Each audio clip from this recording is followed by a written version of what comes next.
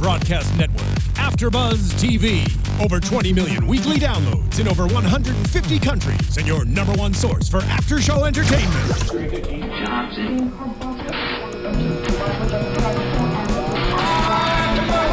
AFTERBUZZ TV, the destination for TV superfans. Producing after shows for over 300 of your favorite TV shows, interviewing celebrities and showrunners, and bringing you behind-the-scenes exclusives. All thanks to E! Entertainment's Maria Menounos, producer Kevin Undergaro, and internet leader Akamai. Now, let the buzz begin! We wrap up the blind auditions, getting ready for some battles, and we're ready to talk to you on AfterBuzz TV. You're watching live on AfterBuzz TV YouTube page, AfterBuzzTV.com. You're listening on iTunes and SoundCloud. That was just like it was like the end of the music there. It was like done, and then just fade. All right. I'm Christian Rosenberg. You can follow me on Twitter at Real Rosenberg, Instagram at The Real Rosenberg. Joining me this week is your girl, Stephanie Giorgi. You can follow me on Twitter at Stephanie Giorgi and on Instagram at The Stephanie Giorgi. As you guys all noticed, there are two of us missing, both Jason Eichler and Chloe West, which they will be here next week. They are out on assignment. Until then... assignment. I want to make them sound all right. One of them's out sick. The other one's on a flight back here. Okay, well, you know what? We are in our brand new studio. Yes, we're we so are. excited about it. That's why we didn't record the last 4 episodes, but when they come back, we will talk about all of the contestants that we missed.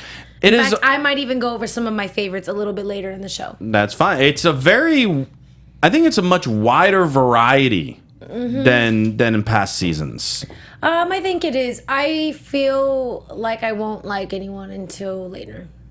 I mean, I have a couple. That's kind of how we felt the last couple years. Right, which I have, I guess, a couple of favorites, but then there are some that also I think will grow on me, and I'm just waiting for that to happen because I wasn't extremely impressed with not too many people. Well, I guess there was some, but that was all for the first and second episodes. All right. Well, let's get into this episode 5, the last episode of the Blinds. Each coach has 2 spots remaining. Got to complete their teams. We're gonna start with Team Adam. And Adam first got tonight Mr. Dustin Monk.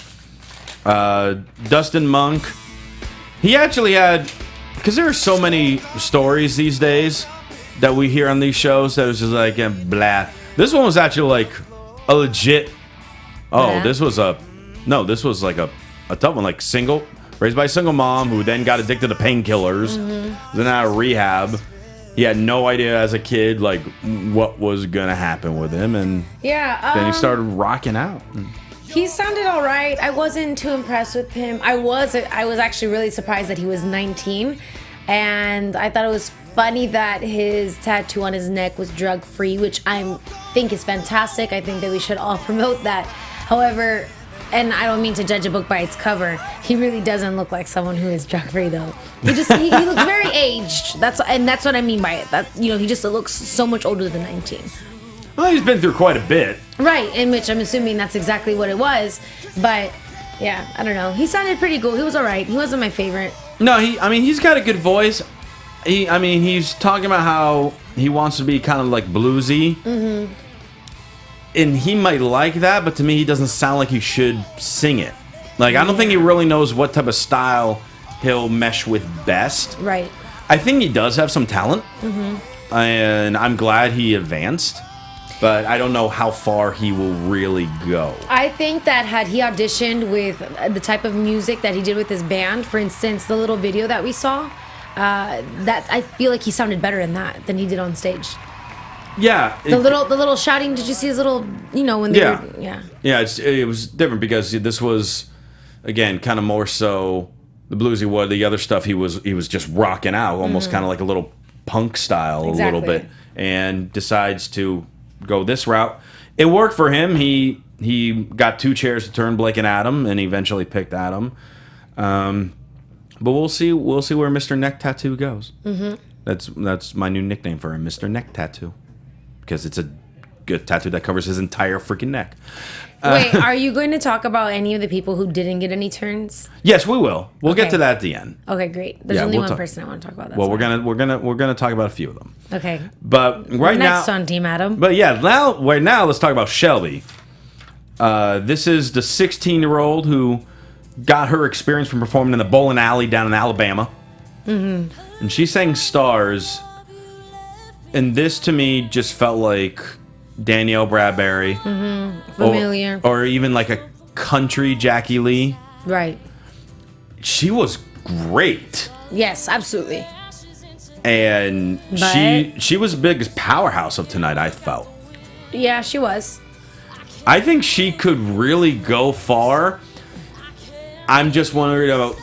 The big thing was that note, which is so amazing that she hit. We've seen people that we've been so impressed with at the beginning, and then they're just like kind of a one-note wonder. Right. Well, no, she looks like she can definitely take on plenty of different other songs. Her voice, to me, does sound familiar. She is good, though, but it's one of those things where it's just the blind auditions. Half the time, I hate the song choices that people choose. So I just want to... I'm excited for the blind auditions to be over, and I'm ready for them to begin the competition. The battles are my favorite part of the show. Right, exactly. So that's what I'm waiting to see where they're really at once the coaches are choosing their songs for them. Yeah, and she had a 4-chair turn. And it was a rare thing for Adam to actually win a 4-chair turn for a country singer. Right. I was actually very surprised that she ended up choosing Adam. That's It surprises me every time when they say they'll going in that they wanted to choose someone and choose another person, because I always think that the coaches aren't going to be able to influence them that much, and then they completely do, or because they'll end up going the complete opposite way. Yeah, because you're thinking, okay, Blake. Right. Blake. But I do think that a lot of the reason is because most of these artists have a very specific idea of themselves, and sometimes the judges turn around and they say certain things that they might not want to hear, and then another judge says exactly what one was thinking. Mm-hmm. So they're like, oh, Adam does understand me. Maybe that is who I should go with. And Blake pronounced Alberta. Yeah, it was Alberta. It was Alberta. And it was Adam. I even said it wrong just now. Right, exactly. Well, that's why Blake didn't get her. But let's talk about who Blake did get. You like that segue? Was that pretty good? It was pretty good. All right, thank you. See, Jason can't do that. Yeah, this guy, the first person that Blake get... Tell me, I didn't even hear that part. Sorry. No, it's right. Dustin. The other Dustin tonight, Dustin Christensen. This was the guy who, when he was a kid, had to wear an eye patch. And he sang Downtown Train, and the entire time I was singing Rob Thomas. He had a strong voice, but honestly, when Blake compared him to Neil Diamond, that's who I thought of also. And which is great, but I don't know if that's the sound I want to... I don't know. Like I said, I'm the worst. I'm the worst when it comes to these auditions. Yeah, I don't know how I feel. Strong voice. He's really good. I didn't care for him, though. But this is Maybe like, we hear this type of voice all the time. Yes. And again, yeah, very talented. He got a 4-chair turn for a reason. Mm-hmm. But there's a but. But there's a but. And who knows what it is? I mean... I would just want to watch him perform Matchbox 20, Three Doors Down, Goo Goo Dolls, all that, like mid-90s, not at all grunge rock, but just like the little bit of edge to it, but not I want to super hard. hear him sing R&B because the way his voice sounds, it was good for him to choose a song like this because it shows what he's good at, but now I want to hear him because he does sound good. So if he could sing something like John Legend or something kind of soulful, then maybe I'd be more inclined to like him more. And the interesting thing was he was saying at the beginning that he would pick Adam right away. If Adam turned, I'm picking Adam. Right, because he was more rock and roll. And then he picks Blake. Because Blake probably understood him more. And he probably liked that Neil Diamond comparison. I guess so. Blake also chose Blaine, who sang Drops of Jupiter. So, pretty much got a guy who sang like Train and a guy who sang like Matchbox 20 tonight. You see, and I wrote for this one that I didn't care for it also. My notes actually say nothing special. And I feel bad. Do that one more time. All right. Can we get that on a loop for a Vine, Stop please, it. people? Yeah, I mean, again, good. We hear this all the time.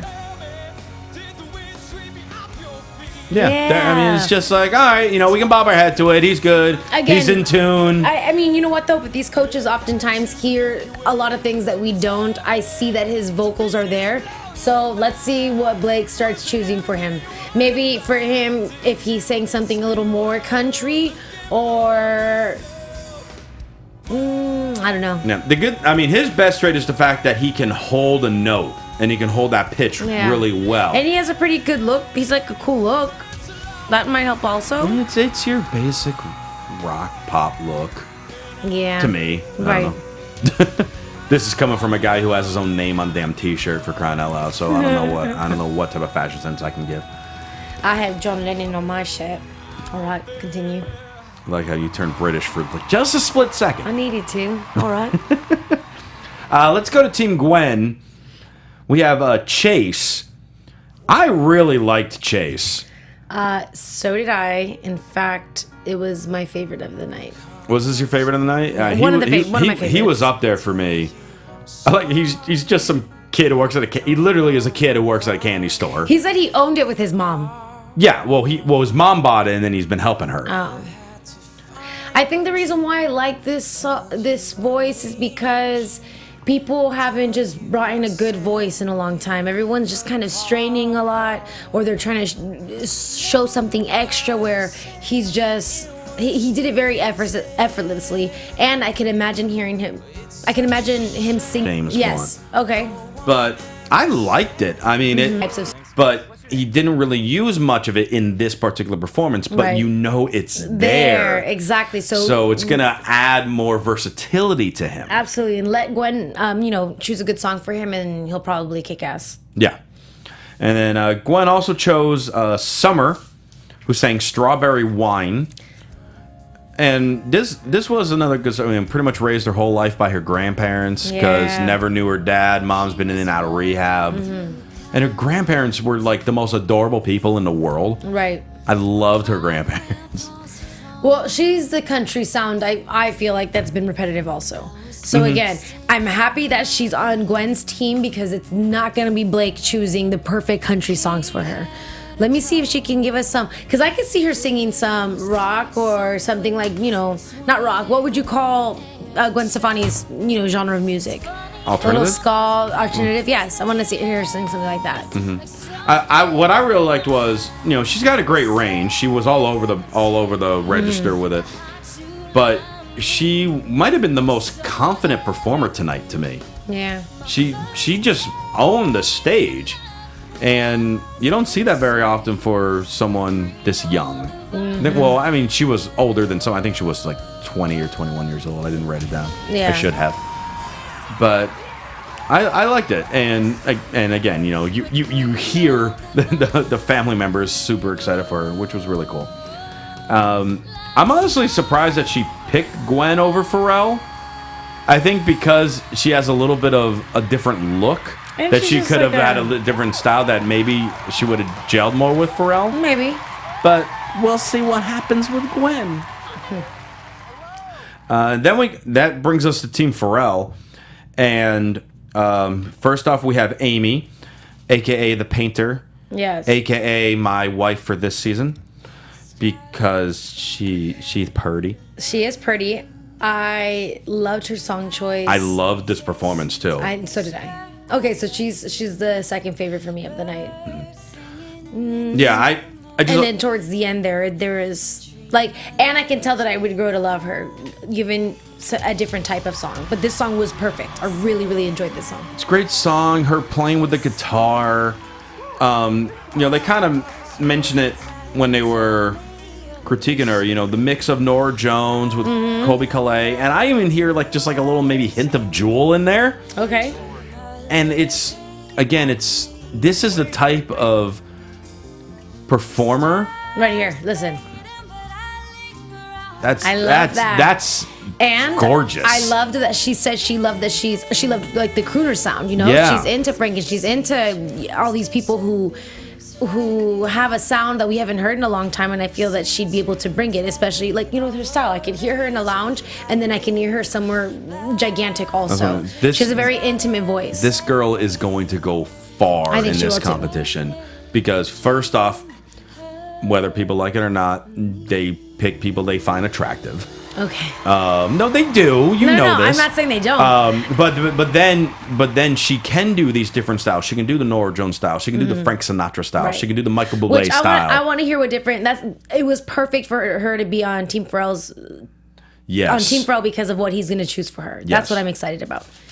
And then finally, as far as one more that was picked tonight was Sydney, 16-year-old who sang "Photograph." Mm-hmm. And again, this was unique because it was a much lower register. Exactly, and that's the reason why I enjoyed her. That's I think her sole thing that will get her anywhere in this competition is the fact that she'll have a much lower tone. Absolutely, she had a little weird breathing. Yeah, it sounded like a little phlegmy almost, which was unfortunate, but whatever. Yeah, but.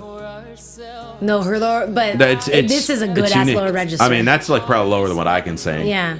I could probably sing that way, but not as good as her. You sound like you were smoking while you were singing that. You know what? I'm just kidding. Nothing, but whatever. She did good, and I tried. You did. You gave a great effort. I think Pharrell would have chosen me too. Probably not. Oh, you know what I did right? What? She kind of reminded me of Shakira. Oh, her voice? Yes. Because her look, it doesn't. No, obviously not her look. Her voice. I can see that a little bit. Yes, because Shakira has a lower. She does. Register as well. Yeah, but Shakira. Oh, and I forget. This is the one where the dad was so stoked. The dad was super emotional. The dad with MS. That was cute. I like Sydney's voice. I can dig her. I feel like she's gonna surprise me a little bit later too. I'm just curious what's going to happen because she's going to have to sing some type of song where she has to get higher. Mm-hmm. And if she's able to control the range. She has it. It's just that she chose. Right. She can get there. Right. Okay. But let's see if she can really crescendo in something that's going to. Right. That's the big difference with Shakira is, you know, she can start low and get high, but she's just all power. Right. And then can go back to the gentleness. Mm-hmm. We need to see what she can do. Sydney's sound is cool. No, it is a cool sound. But I also a little more unique than most. Almost, you know, she kind of sounds like Shakira mixed with a little bit of a little splash of Toni Braxton. No? Oh. Maybe not. Maybe who else is someone? I don't know. I mean, I can kind of see not necessarily for like an R&B style, but just the tone. Yes. I mean, you know, she can. But I bet you if she sang some R&B, she'd sound dope. I bet she would. Okay, now I want to talk about someone. We'll talk about the few people that we heard today that got eliminated. We won't play their music, but let's start with Berdine. Berdine. Oh, you know what? Horrible song choice. Yeah. Horrible song choice. And it sucked because she was so gorgeous, and I was like, I hope she gets some turns, but I had a feeling that she wasn't. A lot of times it's the ones that have the good looks that don't get the turns, but I don't know. I love the idea because I feel like this show could use some type of hip hop feel. But with an voice, right. but that's the thing. She didn't really deliver it right, and it's not a song especially in the blind audition, you need to impress with your voice. Yes. This type of song had very little range in it, and just all staccato, lots of just short little things, no lengthy notes or anything like that. Bad choice. I think she's talented, but a bad choice. Yeah. Then we got Dawson. This is who I think you want to talk about. So cute, yes. Shout out to San Diego and shout out to his attractive ass family because they were all gorgeous. You found him attractive. He's 17. That doesn't mean he's ugly. He's cute, whatever. No, and he sounded like Justin Bieber, which was funny. He sounded Justin exactly Bieber's like sounding Bieber. good these days, so that's not even a bad comparison. And I love a little blonde boy with curly hair. Yeah, he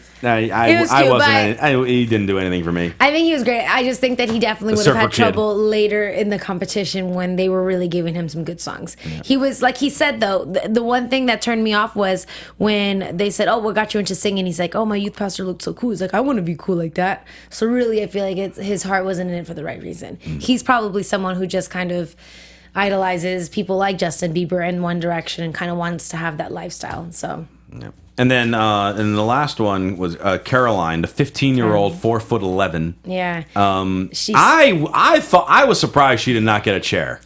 I wasn't. She sounded great, but she sounded too little. She does sound like a kid, but it was like your sweet angelic voice. Kind of not really. She would have been a throwaway had they picked her. Like, well, they even said, like, you come back next time, I guarantee a 4-chair turn. Of course, because when her voice develops more and when she has more practice, we'll probably see her next season with a 4-chair turn. Mm-hmm. Okay, but that wraps up as far as the performers tonight. You wanted to bring up a couple others. I did, and you know what? I was getting bad service, and I was trying to search the names of them, but I couldn't. So I remembered some because of the commercials. Jordan Smith, who was the kid from I think it was Kentucky. He sang. That was the 15-year-old, right? I'm not sure. But he sang Chandelier, and he's just like, a nice Southern boy with some glasses and had a voice like nobody else. He sounded incredible. He was the kid who said that a lot of times he'll answer the phone and people think that he's like an older woman. He's not. Right. But he sounded great. The kid that's on Gwen Stefani's team with the curly hair, he sounded that's the one I was thinking of. Oh my God, he sounded so... Yeah, he was a 15-year-old kid, but he sounded so grown. He reminded me of Sawyer Frederick, which was funny because Sawyer Frederick was the one who inspired him to come on The Voice. And he did great. I think he has perfect potential, and I think he did a great job choosing Gwen. I think Gwen would be able to help him out. Then there was Blind Joe, who also sounded fantastic. He's blind, if that name didn't let you know about that. That's what it means? That's what it means. Oh, okay. Good to know. He was really good. And then there was another 15-year-old girl whom I did not think was going to sound good at all. She was like half Korean, half white. And she had braces. And she sang, You Got Me, You Gave Me Fever. You know that song? Yeah. Incredible. I think she did amazing. And then last but not least, Andy and Alex, the duo of the competition, who killed it. They harmonized incredibly. As good as they are, I don't like duos on this show. I know. As talented as they are. But it's different because they're twins. And so I feel as if they have the advantage of sounding more similar to each other. They have an advantage of knowing each other on a different level. Whereas other artists who sing together or other duos who sing together, they've just had plenty of practice. But these two, I mean, they're already in sync. They know what they're doing. You don't understand though. They sounded amazing. Yeah. Well, I mean, we'll be hearing more of them because battle rounds are coming up. I'm super excited about that. And how about our advisors for this season? We got Missy Elliott, yes, Selena Gomez, woo! John Fogerty, and Brad Paisley. Yes. I think these are incredible. That is an insane lineup. I cannot wait to see the moment where Missy Elliott cries and gets very emotional by the way that the two sang, and then you hear that they're singing Ain't no Mountain High Enough, yeah, and which is super exciting. I like that Gwen Stefani chose Selena Gomez because I feel as if they're very similar artists, and Selena, I mean, she's just grown a lot as an artist. Sure. And then Creedence and Clearwater, he's amazing. What's his name? John Fogerty. Yes, love them. So that's great. I'm super excited because I feel like Missy's one of the most talented, but one of the most forgotten performer producers out there, like in the last 30 years. Yes. So I'm really excited that she's getting this spotlight. Yes, she's gonna bring so much to the table, though. Yeah. Do we do a quick prediction now, or should we wait for Jason and Chloe to get back from their assignment? I think that, there's not really much to predict. Let's just see what happens. The teams are full, so next week we finally get to see some competition. We get to see what people are really about, and that's it. I know. I'm excited. I'm excited for battles. Battles are always my favorite time of the show. Those performances are usually the best of the entire season. Yes. And that pretty much wraps it up for us this week. It does. I know it was a fairly shorter episode. But it's okay, because once the other two come and they'll be running their mouths, we'll be plenty entertaining. Yeah, what we pretty much did was we locked them out so we can actually get a few words in this week. But I'll be back next week talking about the battles. In the meantime, Stephanie, how can people reach out to you? You guys can all find me on Twitter at Stephanie Giorgi and on Instagram at the Stephanie Giorgi, and for the Bad Girls Club after show tomorrow live at 6 p.m. And you can follow me on Twitter at Rosenberg, Instagram at the Rosenberg, and I do have t-shirts that I am selling for those of you that listen to this and also listen to me on the WWE podcast here. If you go to prowrestlingtees.com/Christian Rosenberg, you can buy a Christian Rosenberg t-shirt. I have a couple different designs. Do you have girl shirts? You can actually get them in women's sizes. Woo! That's right. And because over the last off season, I don't know if you even knew this, I had some surgery, so I had to pay medical bills and stuff. So this helps me. So if you guys can do that, that'd be great. Again, that's prowrestlingtees.com/Christian Rosenberg. And for all your AfterBuzz TV news and gossip, of course, you can follow them on Twitter at AfterBuzz TV. Thanks so much for tuning in this week. For Stephanie Giorgi, I'm Christian Rosenberg, and Jason Eichler and Chloe West will be back with us next week. Bye! From executive producers Maria Menounos, Kevin Undergaro, Phil Svitek, and the entire AfterBuzz TV staff, we would like to thank you for listening to the AfterBuzz TV network. To watch or listen to other after shows and post comments or questions, be sure to visit AfterBuzzTV.com. I'm Sir Richard Wentworth, and this has been a presentation of AfterBuzz TV. Buzz you later. The views expressed herein are those of the hosts only and do not necessarily reflect the views of AfterBuzz TV or its owners or principals.